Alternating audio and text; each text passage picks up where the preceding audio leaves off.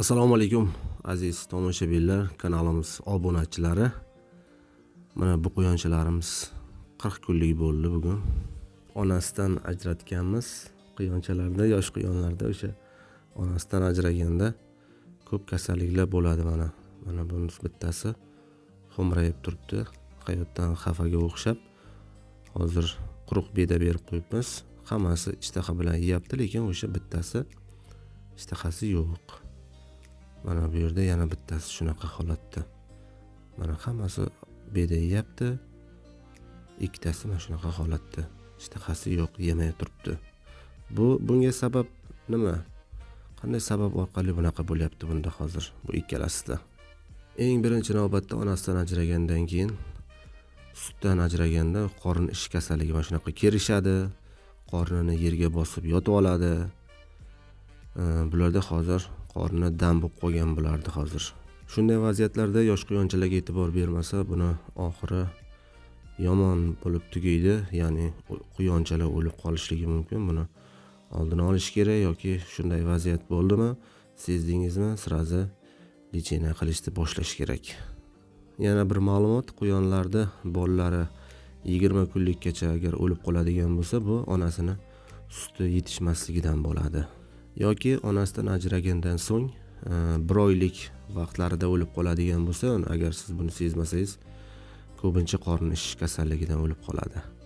Mana hozir quyonchani tuzatishni eng yaxshi yo'li buni sayr qilishga chiqaramiz.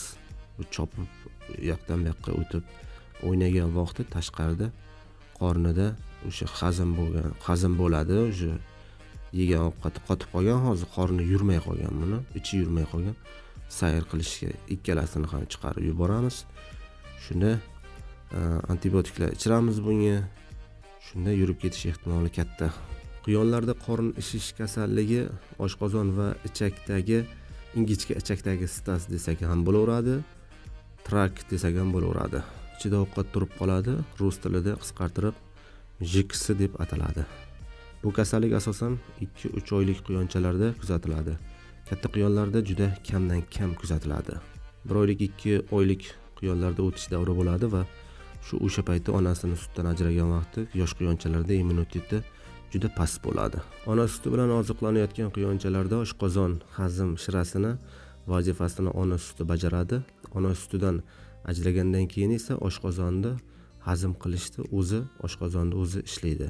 Agar quyonchalar ona sutiga to'ymay katta bo'lsa, o'sha paytda immunitet pastlik qiladi va JKS kuzatiladi. Bu kasallikni kelib chiqarish sabablari quyidagicha. Agar quyonchalar ona sutiga to'ymasa, ovqat ratsioni birdaniga o'zgartirsangiz, qattiq stressga tushsa quyon, ayniqsa mahsulotlar iste'mol qilganda, ovqatni har xil bir aynigan, har xil po'choqlar, shunaqa narsalar bersangiz, quyoncha bunaqa kasallikka tez duchor bo'ladi. Suv idishlari ham toza bo'lishi kerak. Katakni ham ifloslantirmasdan toza saqlashingiz kerak. Bu kasallikning asosiy belgilari qorni ishadi, qorni dam bo'ladi, qornini yerga bosib yotib oladi, tishlarini g'ichirlatadi, kam harakat bo'lib qoladi, bir joyda qotib qoladi quyon. Quyon harakat qilmasdan katakni burchaklarida turib qoladi. Ba'zida esa kirishadi. Agarda quyonda ichi yurmay qoladi, 3 kun, 4 kun ichida ichi yurib ketmasa, quyonlar o'lib qoladi. Yana asosiy belgilaridan biri quyonlarda ishtahasi birdaniga yo'qoladi. Umuman bedaga, yemga umuman qaramay qo'yadi. Mana ko'rib turganingizdek, quyonchalarda shu holat bo'lgandan tashqariga sayrga olib chiqqanmiz. Xudo xolasa bu hali birinchi kun edi, dorilarni qilib 2-3 kunda xudo xolasa yaxshi bo'lib qoladi. Chopib tashqarilarda o'ynasa, keyingi roliklarda qanaqa dori, qanaqa lecheniya qilish haqida video qilamiz. Video ma'qul bo'lgan bo'lsa like bosib, fikrlaringizni izohlarda yozib qoldiring.